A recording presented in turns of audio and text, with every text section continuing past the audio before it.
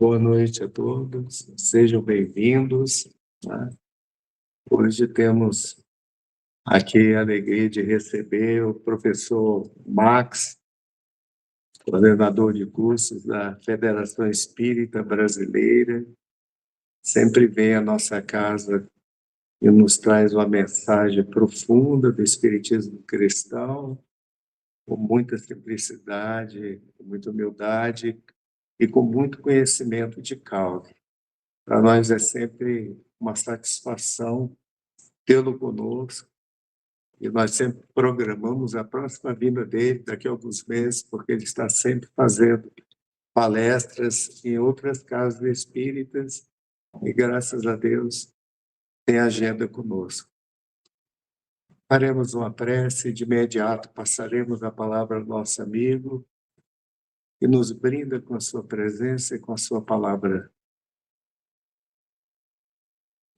Amado Senhor, aqui nos encontramos movidos pelo sentimento maior do amor, e desejarmos progredir superando as nossas dificuldades íntimas, de seguirmos as orientações que nos são dadas de mais alto, por intermédio da doutrina espírita, que muito transformou a nossa vida, auxiliando-nos a encontrar a paz em meio ao tumulto, a encontrarmos a harmonia, o silêncio da oração, e de buscarmos sempre, Senhor, sermos pessoas melhores a cada dia de nossa existência terrena.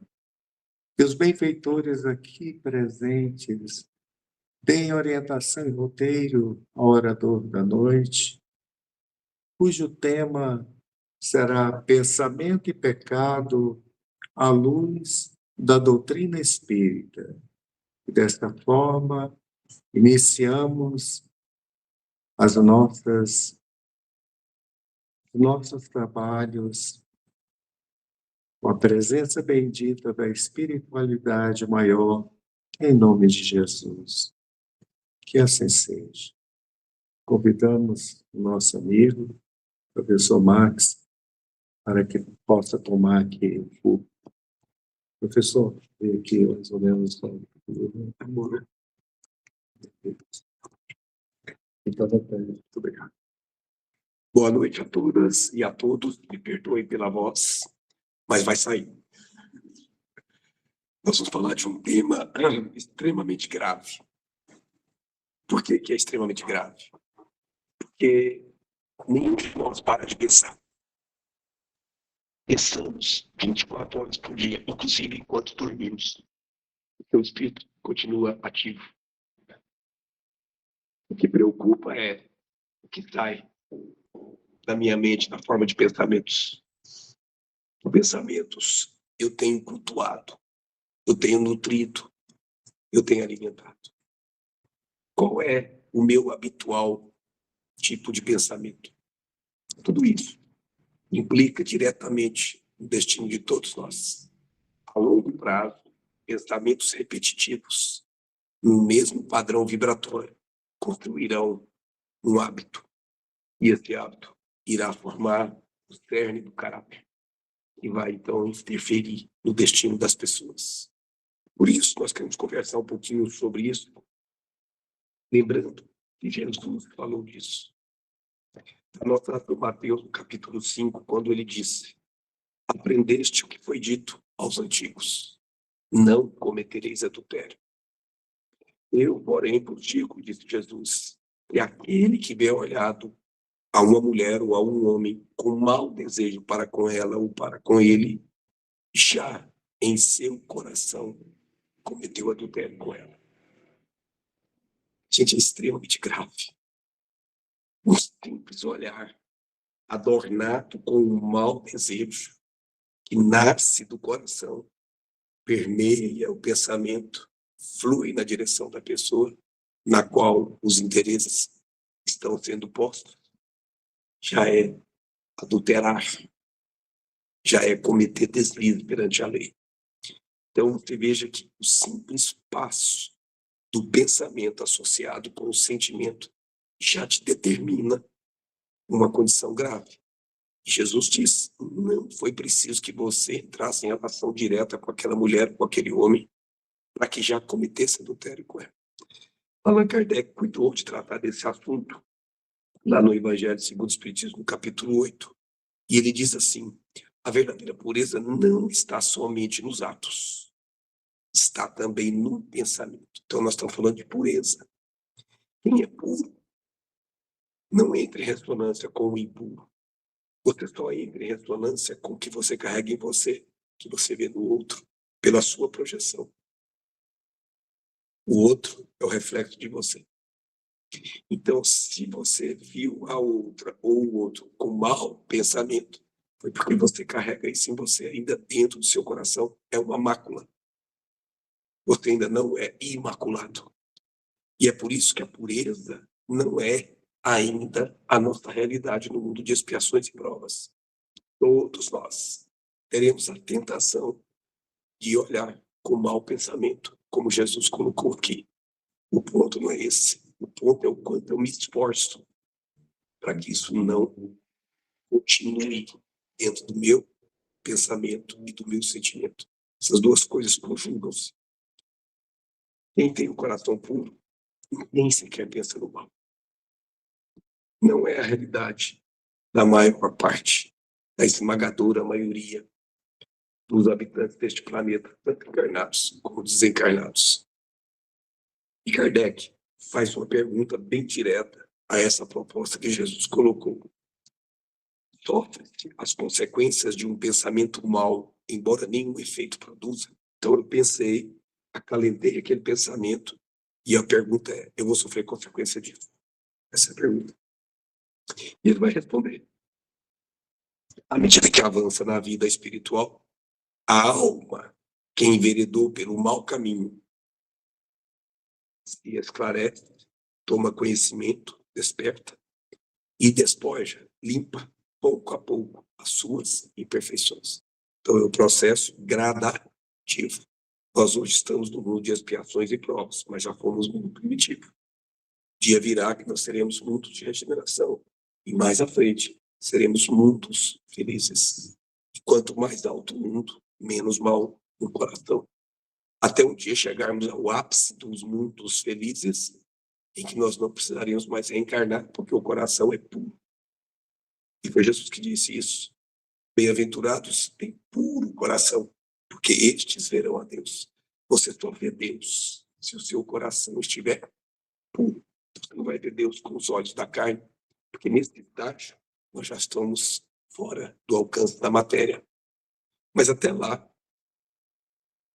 esforços, com a nossa boa vontade, com o nosso persistente, vamos dizer assim, movimento íntimo de vigilância. Foi ele que disse, se a mulher ou o homem que te passou ali à frente suscitou em você interesses não dignos, ele disse, vigiai e orai. Vigiai, para você perceber o que está entrando em tentação, está entrando em ressonância com o que você carrega em você. Porque se passasse uma moça bonita ou um rapaz bonito que nada provocasse em mim em termos sexuais, eu não teria que me preocupar, porque eu já notaria aquele problema em mim. Mas como eu tenho que me esforçar para domar esse pensamento ruim, esse sentimento ruim. Aí é que está mostrando o espírito o seu esforço de ascensão. Não é o ponto que ele já é puro, é o ponto que ele está se esforçando para ter puro um dia. Então não se mede lá no mundo espiritual os resultados de nossas ações aqui na Terra por eles propriamente ditos. Esses resultados se mede pelo seu esforço que você faz para domar as más tendências que ainda se carrega dentro do coração. Então, ninguém aqui se preocupa. Ai, meu Deus, eu olhei com mau olhar para uma pessoa. Tudo bem, faz parte da nossa realidade de um mundo de expiações e provas. O problema é olhar e acalentar. O problema é olhar e desejar com mais intensidade. Esse é o problema. Se fizermos isso, estaremos nutrindo o que deveríamos estar combatendo. Por isso que essa zona é muito cuidadosamente preocupante, porque você está entre um lado e outro. Se você passar por essa zona da tentação e não se dominar, não se conter, você pode entrar na tentação e aí você cometeu o adultério. Até antes de você atravessar essa zona franca aqui, ó, você ainda não cometeu adultério. Você teve a tentação, mas você resistiu. Por isso que ele diz, vigiai e orai. A hora que eu começo a perceber que as forças começam a me faltar, porque da minha natureza íntima, peço ajuda. Como que eu peço ajuda? Prece. Senhor, me acuda. Senhor, me ajude. Senhor, me ajude a resistir. Eu sei que isso não me convém. Mas, Senhor, ainda carrego o espinho dentro de mim. Me ajude. Se fizermos isso com sinceridade no coração, a ajuda vem em seu amor. Lembra que Jesus disse que toda vez que você o segue, você carrega um fardo mais leve e você tem um jugo suave. Você consegue transitar na vida com mais leveza, com menos carga, com mais fluidez. Por quê? Porque você não vai mais só. Você vai ajudado pelos benfeitores do mundo. E todo pensamento mal, gente, resulta da imperfeição da alma. É natural que seja assim. Mas de acordo com o desejo que nós alimentamos de nos depurarmos, mesmo esse mau pensamento que ainda carregamos em nós, passa a ser uma oportunidade de evolução. Por quê? Porque eu me dou conta dele. Ele existe em mim. E eu vou procurar repelir isso com toda a energia que eu dou conta. Isso é fundamental. Por isso, o tal do conheça-te a ti mesmo, o autoconhecimento, o olhar para dentro é fundamental na vida. Onde é que está o meu calcanhar de Aquiles? Ou melhor, no meu caso, os inúmeros calcanhares de Aquiles. Eu tenho que saber. Eles são os meus pontos de perdição se eu não vigiá-los. Cada um conhece o seu próprio mundo íntimo. Cada um sabe onde tem a tendência de cair, entrando pela porta larga que leva à perdição. Essa que leva ao adultério. Adultério no sentido amplo, não só adultério homem e mulher, adulterar a lei de Deus. E é por isso que a gente tem que ter muito cuidado. Agora, quem não tomou boas resoluções, quem ainda não quer fazer isso, ele procura a ocasião de praticar o mal. Simplesmente estava abafado, mas na oportunidade que surgir, ele vai procurar fazer o mal. E é esse o problema, porque ele se deixa levar. Então, Kardec conclui que quando isso acontece, você se deixa levar, você passa a ser tão culpado como se já tivesse cometido. Por quê? Porque você abrigou isso em você e aquilo passou a viver com você. É inerente à sua própria personalidade. Ele faz um resumo esplendoroso que eu trouxe aqui para nós vermos. Ele diz assim, naquela pessoa que nem sequer a ideia do mal se concebe, ela já realizou o progresso. Não entra mais em ressonância com o mal. Só entra em ressonância quando você carrega dentro de você. Se você não carrega dentro de você, lá fora não te afeta. Você só é afetado lá fora se você traz problema cá dentro. Por isso que dinheiro para um pode ser um problema enorme, para outro pode ser problema nenhum. Desejo de posição social, de destaque, pode ter um desejo contido para alguém e para outro, é menor interesse. Então, a mesma tentação que é para um, pode não ser para outro. Você tem que saber isso dentro de você. E ninguém sabe isso por você. É você que tem que olhar para dentro de você e mapear. Isso aqui eu já consigo ter um certo controle. Isso aqui é meu calcanhar de Aquiles. Enumera. E começa a trabalhar. Porque a vida vai te colocar em situações do que o nosso mundo é. Mundo de provas. Você vai ser exposto e exposta, mais cedo ou mais tarde, a situações que vão fazer aflorar esses espinhos que ainda estão dentro de nós. E é nessa hora que você vai ser provado. Isso chama aferição de valor, para ver se você realmente já consegue domar a má tendência. Naquela pessoa a quem essa ideia do mal vem Mas essa pessoa repele com intensidade, com força. O progresso está se realizando. Ele não está pronto, mas ele já está vencendo a si mesmo, está começando a ter império sobre as suas próprias paixões inferiores. Esse está em vias de chegar no primeiro, que é não mais ter dentro de si o problema. Agora, o pior de todos é naquele que vai ser o caso que Jesus falou, que pensa no mal e nesse pensamento se compraz, gosta. O mal ainda existe na plenitude de sua força. Esse é o pior dos três, porque ele ainda não quer, não tem vontade de mudar. Por isso, este é quem tem a consequência. E Jesus falou, já cometeu adultério com ela, é esse, não os dois primeiros. Compreenderam isso? Pensamento foi a ponto de partida de tudo isso. E nós precisamos lembrar que o pensamento, sendo tão importante assim, seria bom a gente conhecer um pouquinho melhor. Lá no Livro dos Espíritos, na questão 89A, os Espíritos disseram assim, quando o pensamento está em alguma parte, a alma também aí está, pois que é a alma que pensa. O pensamento é um atributo da alma. Não é como o raio do sol. Quando você é banhado pelo raio do sol, não é que você está no sol, é que o sol alcançou você. E o sol não deixa de ser uma unidade, apesar de irradiar para todos os lados. E você acalentar o sol, assim é seu pensamento.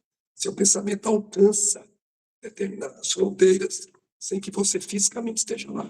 Mas o seu pensamento vai ser percebido e a pessoa vai perceber você lá como se lá estivesse. Por exemplo, o Centro Espírita que tem o nome de Bezerra de Menezes. Quantos existem pelo Brasil afora? Imagina se o doutor Bezerra de Menezes tivesse que estar em todos, a todo momento. O que ele faz? Irradia pensamentos. E os pensamentos são captados. E os pensamentos são a expressão da mente que os produziu. A mente é o sol. Os raios são os pensamentos. E o pensamento, nunca nos esqueçamos, vai sempre carregado pelo que sentimos.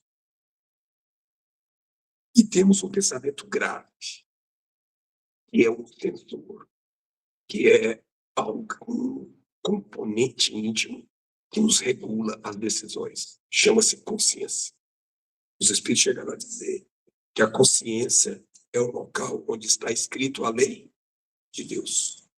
Em outras palavras, é onde tudo que você faz passa por esse sensor.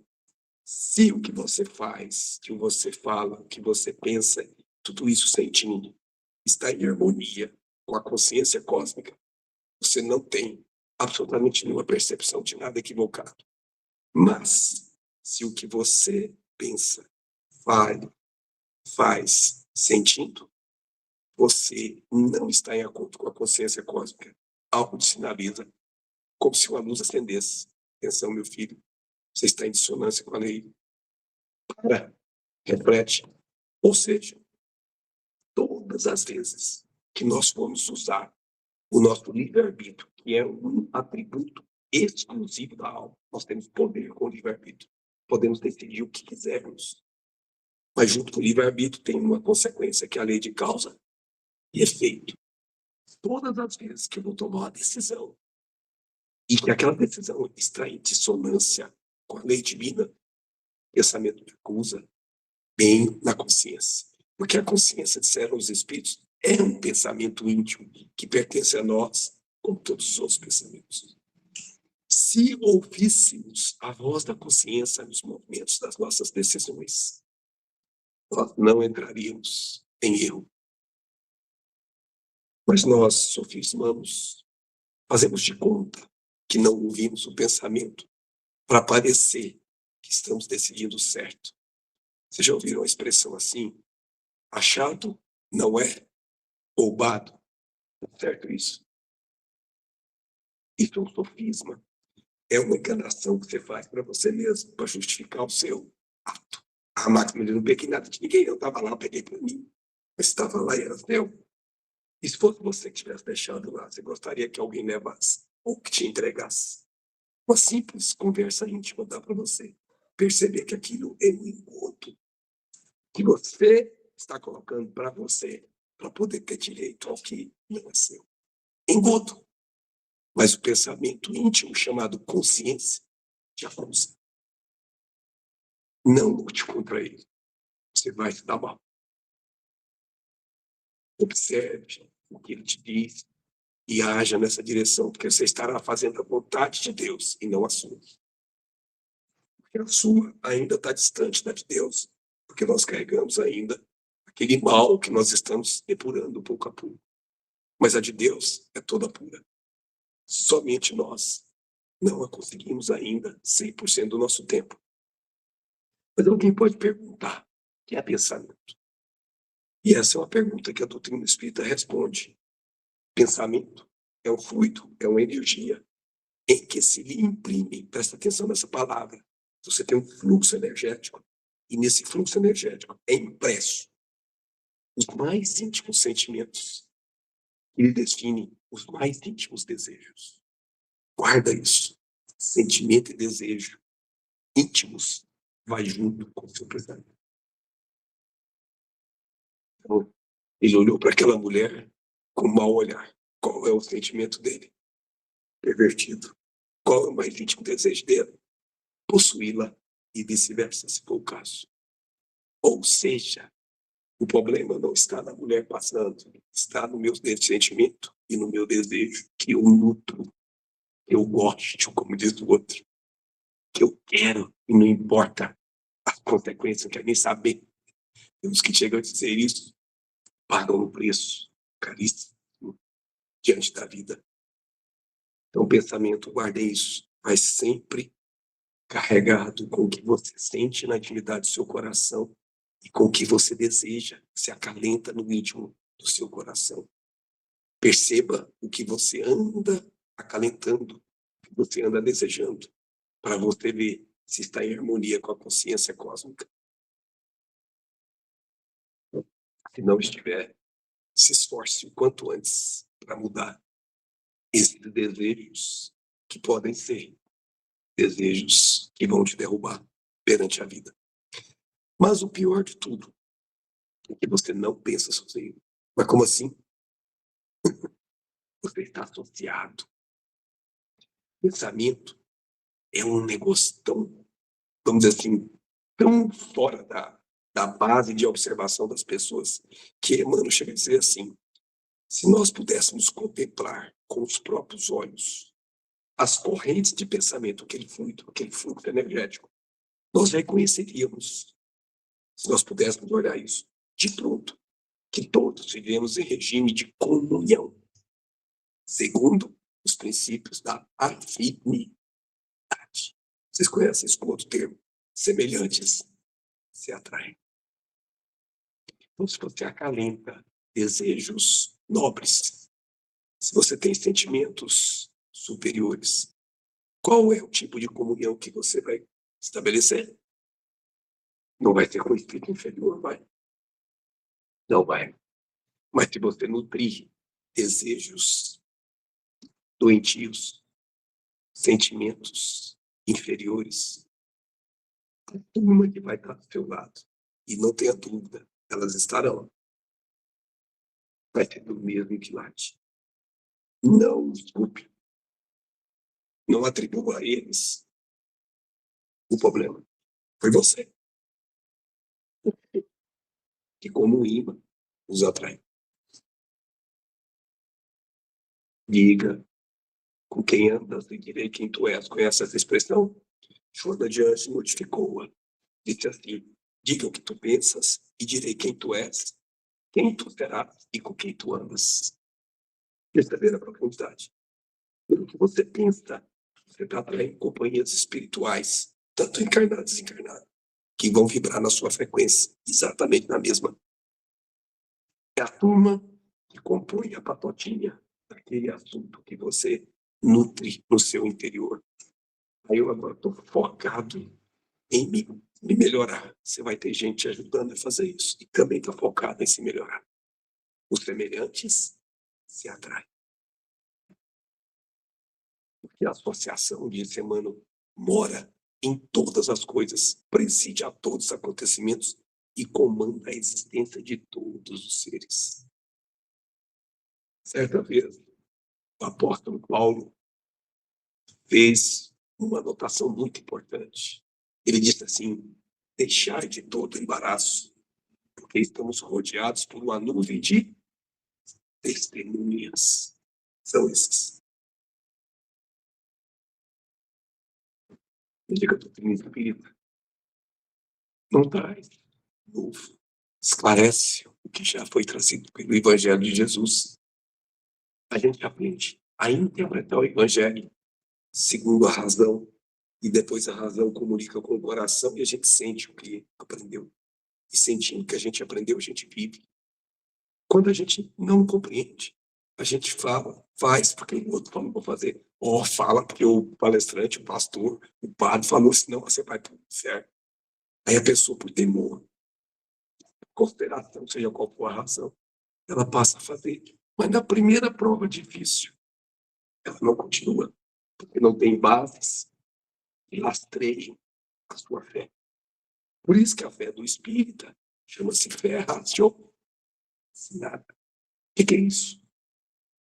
É quando eu digo, eu sei, diferente de eu creio. Porque quem crê já é um avanço para quem não crê em nada. Mas quem crê pode descrer. Se não tiver bases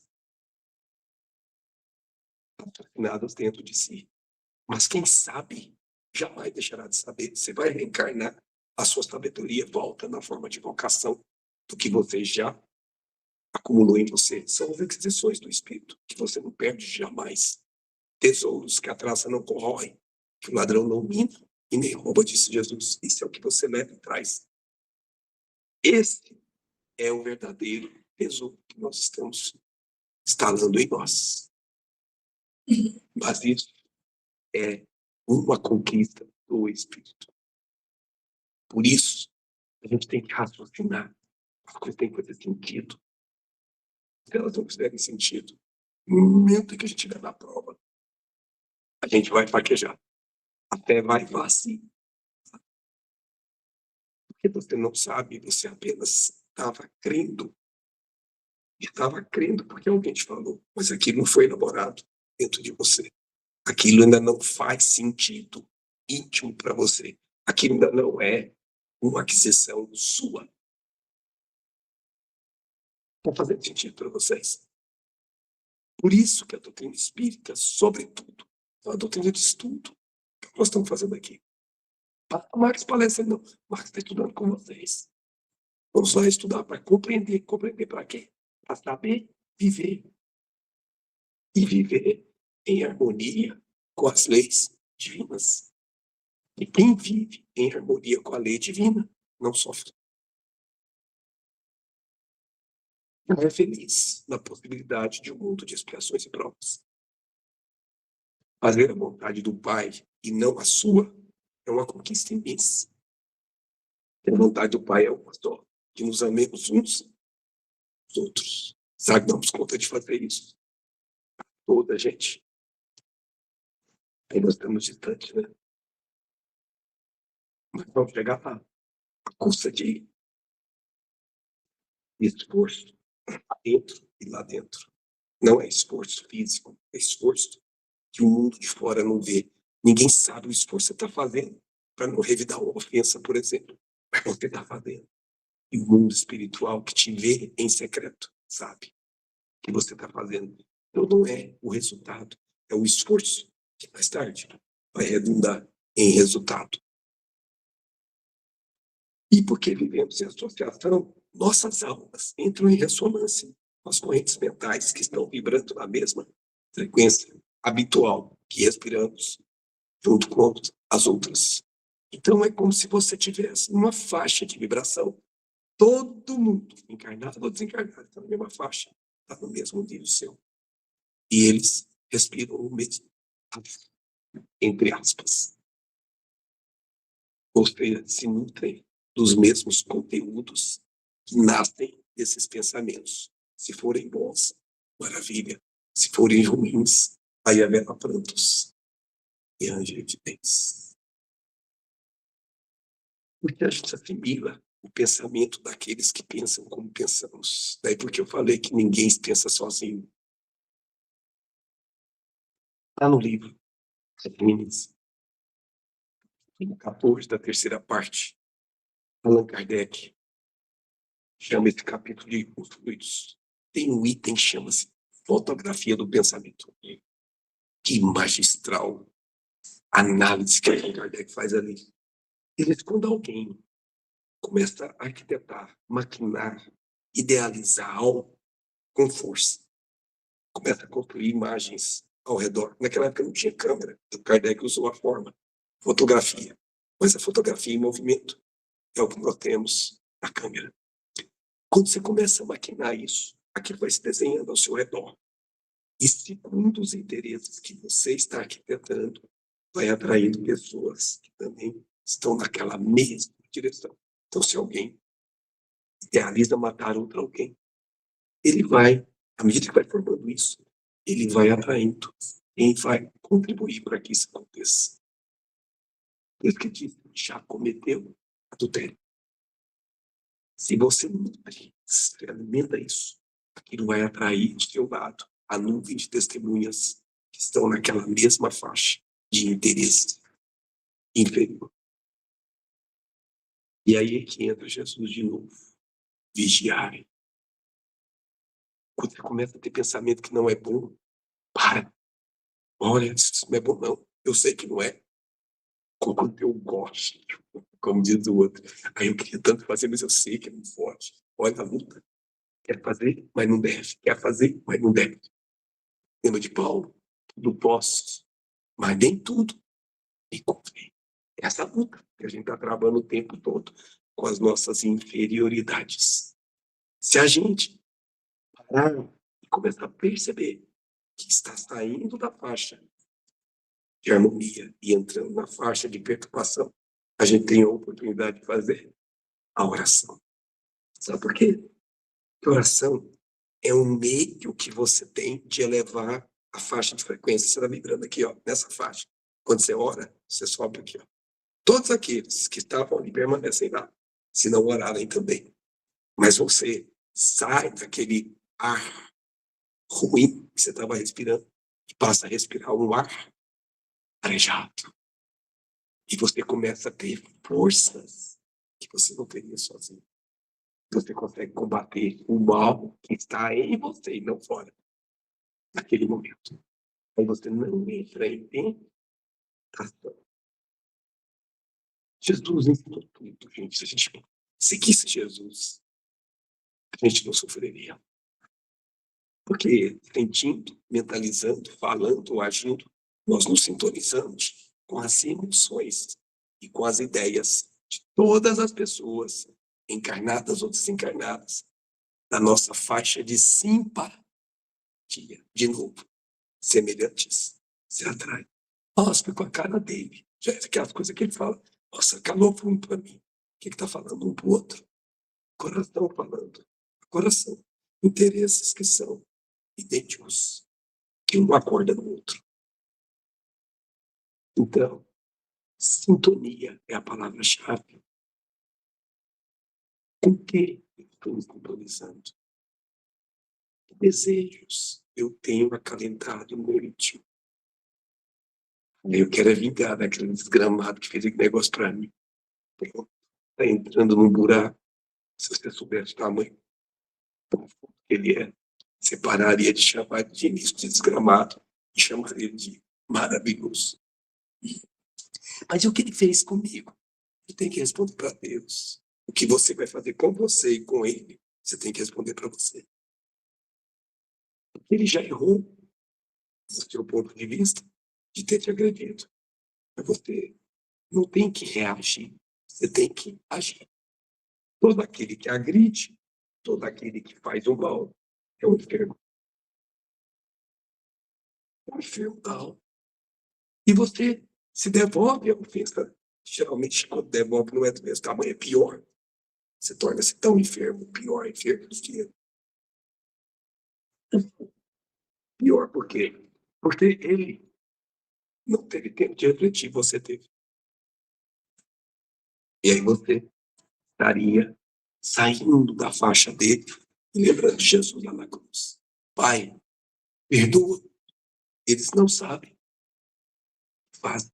Todo aquele que agride não sabe o que faz, na essência não sabe. Porque se soubesse, não agrediria jamais. Porque o preço que virá daquela agressão só vai aparecer lá na frente como uma semente que você planta. Não é no mesmo momento, ainda que ele se sinta mal, porque fere a consciência, ainda que ele se sinta mal, ainda não está experimentando o retorno do mal que ele está fazendo. Mas você que recebeu os achaques, você que recebeu os petardos, tem como rebatê-los com a força da prece. Pai, me ajuda a não devolver a ofensa. A Max é sangue barata, não dou conta não. Esse é o ponto. Temos que nos esforçar para darmos conta. Sabe por quê, gente? E é Emmanuel que diz isso. Nós temos invariavelmente, não altera, atraindo ou repelindo recursos mentais, expressão dele, recursos mentais que se agregam aos nossos, fortificando-nos para o bem ou para o mal, segundo a direção que escolhemos. Vocês lembram daquele heróizinho que chamava Eu Tenho a Força? Lembra dele? Como é que era o nome desse herói que eu esqueci? He-Man, todo mundo aqui adora herói, tá vendo? Você também tem a força igual ao He-Man. Você tem a possibilidade de escolher o rumo da sua vida. Você é seu, ninguém te tira. Inalienável. O Pai te dá isso, mas o Pai te deixa escolher, sabendo que você, se escolher segundo a vontade dele, seguirá por caminhos leves. Mas se você resolver fazer incursões nos seus caprichos pessoais, você terá que caminhar um pouco mais e será acordado no momento certo. Todo mundo que lembra da parábola do filho pródigo. Pai, dá a minha parte da herança que me toca. O pai dá. Ele vai fazer, como diz o outro, viver a vida doidado. Fazer tudo que eu quero e que eu goste. Não importa se o pai ficou, se o irmão ficou. Não importa se o dinheiro vai acabar. Eu quero é gozar a vida. O que acontece uma hora? O dinheiro acaba. Primeiro que não foi ele que ganhou. É um benefício vindo do mais alto. E aí a vida fala assim, meu filho, dê conta da sua administração. Que fizeste dos recursos que te confiei. Aí ele cai em si. Ele já está passando fome. Nem comida que o porco come, ele tem direito a comer. Aí ele cai em si, porque não tem mais a existência. Ele percebe a fragilidade da qual ele é feito sem o pai. E ele diz, pai, peguei contra o céu e diante de ti. Já não sou mais digno de ser chamado teu filho. Aceita-me como um dos teus empregados. Ele se dá conta de que ele se colocou na posição de empregado e não pai. Mas o pai, que é misericordioso, sabia que o filho, mais cedo ou mais tarde, ia cair em si. O que ele faz? Espera o filho, braços abertos, e faz festa. Porque esse filho estava morto e reviveu. Esse filho estava perdido e foi achado. Então o pai te permite ir por um caminho, outro. Com todo respeito, o caminho do filho pródigo, não quer não. Já fiz várias vezes, já chega, né? Vamos fazer o caminho do Jesus. O caminho que leva à vida. O caminho que leva ao Pai. Por isso que diz, eu sou o caminho, a verdade e a vida. Ninguém vai ao Pai senão por ele. Também fez esse caminho.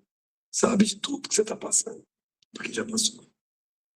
Esse é o ponto fundamental. Que direção você está escolhendo para a sua vida? Que desejos você está acalentando no seu íntimo? Que sentimentos você anda no peito? Porque tudo isso está envelopando, revestindo o seu pensamento. Você está enviando. E ele está se comunicando com os pensamentos semelhantes. E você está comendo e bebendo desse pensamento o tempo todo. E os que fazem o mesmo bebem como do seu pensamento o tempo todo. Se forem pensamentos bons, e banquete, né? Mas se forem pensamentos ruins, é Jesus. Então, Porque o pensamento é muito mais sério do que nós imaginamos. Temos que tomar muito cuidado. Você, por exemplo, induz pessoas com seus pensamentos, sem que você articule uma só palavra, pelo modo de você viver sem conhecer pessoas. É tão forte isso. E o apóstolo Paulo disse assim: sejamos nós cartas vivas, epístolas que ele escrevia. O que nos verem, vejam em nós o evangelho escrito. Mas escrito como? Pelo meu modo de viver. Eu passo a ser referência, ímune para aqueles que me veem, sem que eu articule uma só palavra. Porque eu estou vivendo o evangelho, eu estou induzindo pessoas. Mas o oposto também induz pessoas suscetíveis. Não, o Max, ele tá mexendo com aquele negócio lá de que é bom pra caramba, quer mexer também, vale nada. Mas como é o Max tá mexendo, o menino tem algum interesse no Max, vai querer ir pra ver. E acaba, corta. Você foi responsável. Você é responsável. Vocês lembram do Pequeno Príncipe, Saint-Exupéry? Você é responsável por quem? Você? Cativo. Tem duas pessoas. Cuidado. E nós refletimos. Eu quero trazer uma frase que nós construímos com os ensinos do Espiritismo. Cuida dos teus pensamentos, pois eles geram as tuas palavras e teus atos envolvidos pelo sentimento. Cuida das tuas palavras e dos teus atos, pois eles geram os teus hábitos. Cuida dos teus hábitos, pois eles geram o teu caráter. Cuida do teu caráter, pois ele gera o teu destino. Vocês percebem que tudo nasce com o pensamento. Vocês já perceberam que conter uma coisa nascendo é uma coisa, conter uma coisa pronta é outra. Uma plantinha que está ainda bem singela, eu consigo arrancá-la na raiz, mas no árvore centenária já vai ter muito mais trabalho. Caráter e destino é a essência, é a sua parte estrutural que você não opera do dia para a noite. Hábitos, você consegue alterar. Hábitos, palavras, pensamentos, você consegue interferir com respostas mais rápidas. Mas só vai seu caráter se modificar em sucessivas experiências que você vai alterando de encarnação em encarnação. Mas se você não começar agora a cuidar dos seus pensamentos, você vai continuar dando ensejo à construção do caráter que você está acalentando. É a sua expressão do mundo. É o seu cartão de visitas. Mas alguém pode me perguntar, mas Max, como é que eu cuido dos pensamentos? Pergunta difícil, né? Aí o Max estava respondendo, é bom, foi lá no seu Manuel. Conhece o seu Manuel? Seu Emanuel disse assim, está lá no livro Pensamento e Vida.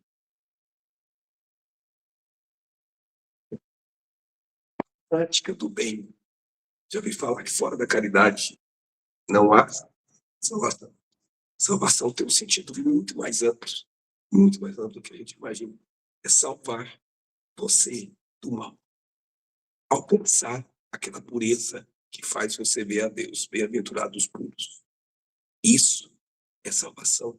E para você fazer essa salvação acontecer, você tem que fazer a vontade do Pai. E a vontade do Pai é uma só. Que nos amemos uns aos outros. Como eu posso amar um ao outro? Fazendo o melhor que eu tenho de mim. Mesmo que o outro não faça.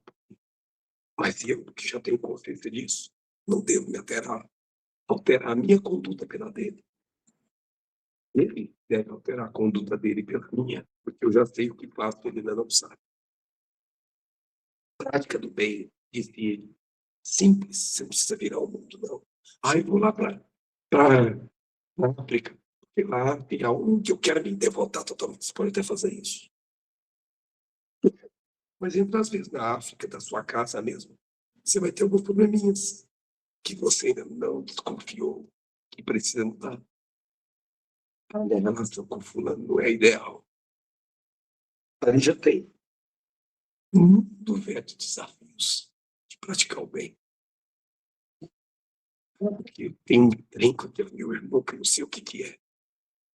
Eu começo a fazer esse trem virar uma suavidade e não esse negócio pesado que é um treino. Para que você realmente faça na simplicidade do seu viver o movimento do bem. Você levantou, encontrou alguém, sorria, fala bom dia, acorde agradecendo a Deus pelo dia que lhe foi concedido, pela noite que lhe foi permitida. Mas isso tem que ser infatigável. Você não pode cansar de fazer isso. Isso tem que ser de tal forma que, de tanto fazer, você viva aquilo como um hábito. Se você fizer isso, você modifica a rota do seu destino. A rota ainda não mudou o destino, mas começa a mudar a rota. Por quê? Porque o pensamento de ser claro, você precisa saber o que pensa e correto, precisa ser de acordo com a lei divina. Com a ação edificante, precisa construir o bem. Interfere, presta atenção nisso, interfere nas funções celulares, tanto quanto nos eventos humanos, atraindo em nosso favor o nosso reflexo melhorado e mais nobre, amparo, luz e apoio. Lei de associação, segundo a lei de auxílio também. Quando você faz o bem, você cria ao seu redor um psiquismo que atrai. Você já viu a flor, como ela atrai certos insetos? Do odor, pólen, seja o que for que está. Você passa a ter uma fonte que gera um odor. Você passa a ser como se fosse uma flor que ao seu lado exala um perfume que atrai. Esse perfume gostoso que todos gostariam de sentir. É isso. E altera o seu controle celular. Sabe por quê? Que cada uma das trilhões de células que estão em seu corpo são unidades vivas, são princípios espirituais em processo bem inicial, que são comandados pelo chamada mente. Lembra que você já ouviu? Mente sã, corpo sã. Você é quem determina se as suas células estarão harmônicas ou desarmônicas. Então, isso nada mais é do que a mente que não controlou adequadamente, seja a encarnação passada, reflexo, hoje, seja agora, o seu jeito de pensar atual. Seu pensamento interfere na sua vida. Você jamais sonhou, começando pelas suas próprias células. Pensa no que você anda pensando. Pensa no que você anda sentindo. Pensa no que você anda desejando. Por quê? Pois Jesus quem disse, o que sai da boca procede do coração. E é o que torna impuro, porquanto do coração é que partem os maus pensamentos. Quando o coração está corrompido. Refletamos sobre isso. Comecemos a nos vigiar para ver que tipos de pensamentos nós estamos emitindo para o mundo, porque o mundo vai nos responder como um eco na mesma direção. Muita paz a todas, muita paz a todos e muito obrigado por sua atenção.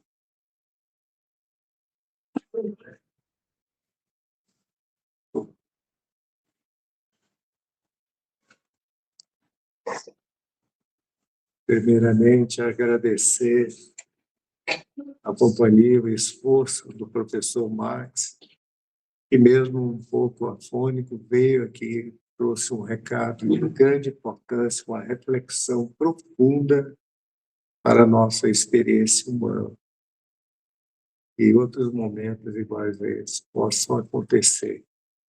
E agora, para o encerramento dessa primeira parte, eu convido nosso amigo André Fernandes para fazer a prece de encerramento.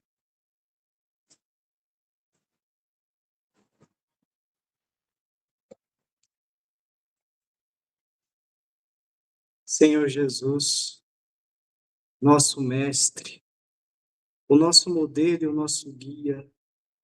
Agradecemos pelas palavras de ensinamentos aqui proferidas.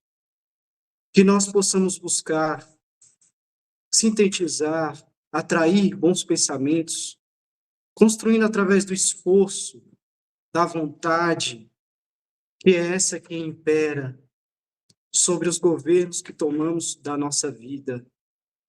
Nós agradecemos por cada palavra que dita, que possamos levar para o nosso dia a dia, para ainda pela noite que vai terminar, e que nós pensamos também em sempre buscar fazer o bem, buscar inspirar alguém, buscar fazer o bem.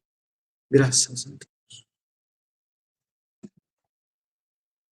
Pedimos a permissão para encerrarmos a transmissão, esperando tê-los conosco em uma nova oportunidade. Boa noite.